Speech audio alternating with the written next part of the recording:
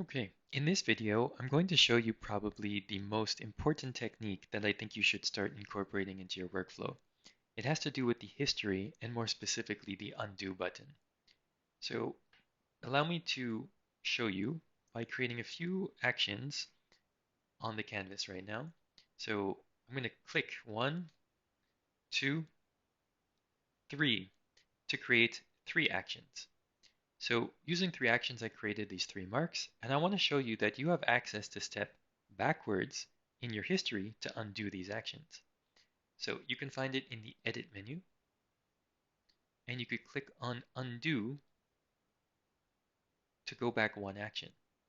Isn't that beautiful? Anytime you make a mistake, just hit that Undo button, and it will go back in the history.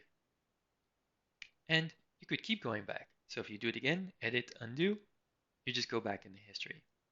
So the cool thing about this too is if you have not created any new actions, you can now go Edit, Redo, and that will step you forward in history.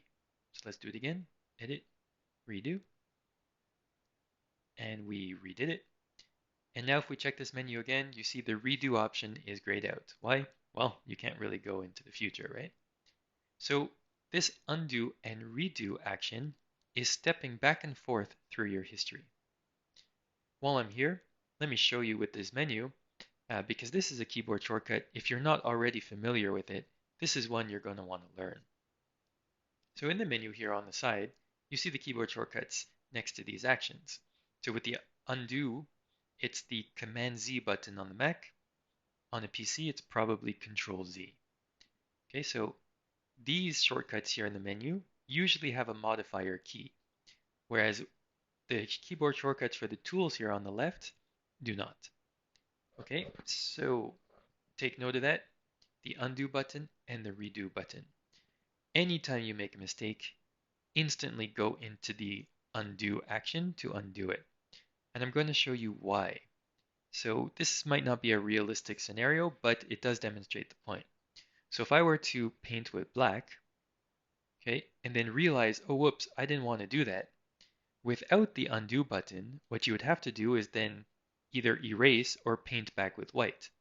So if I go with the eraser, to erase, like working quickly, and I go like that. No, so I tried to, um, you know, undo or get it back to the previous state, but I actually introduced a new mistake. So it's quite obvious with this demonstration, but there are many situations where you might try to undo an action and realize that it might not be back in the state that it was before. Okay, so get in the habit of using the undo button instantly anytime you make a mistake, and never create a new action to try and restore the original state.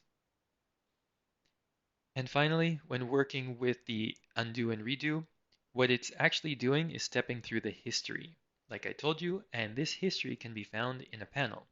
So let's load it up now. Anything to do with the panel is in the window menu. So let's go to the window menu and look for history.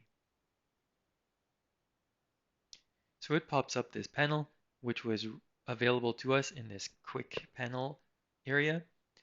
And it's a little bit small, so it's hard to see right now. So I'm going to click on the panel's bottom edge to stretch it larger so we can see.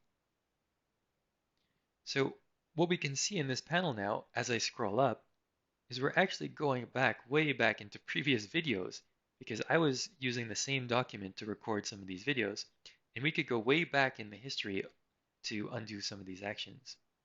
So it's a pretty useful thing to know about and very quick to go back and forth into large chunks of the work. So for example, if I want to go back over here, I can just click and you see all the actions below it. Those are the more recent actions have been grayed out. And if I want to keep going, there we go. So this is back to the last action where I had my new state. So just be careful with this because all these actions that are grayed out, if I were to create a new action now, they would all be erased. So since I haven't created a new action, I could still go back and forth through this history. But if I were to create a new action, watch how the grayed out steps will get erased. There. So I just clicked with the eraser and it erased all those steps that were there hidden in gray. And now we no longer have the ability to go forward in the history to get them back. So just be careful with that. And now you know the undo and redo buttons, you know the history panel. These are incredibly useful and important, so definitely take a moment to learn them.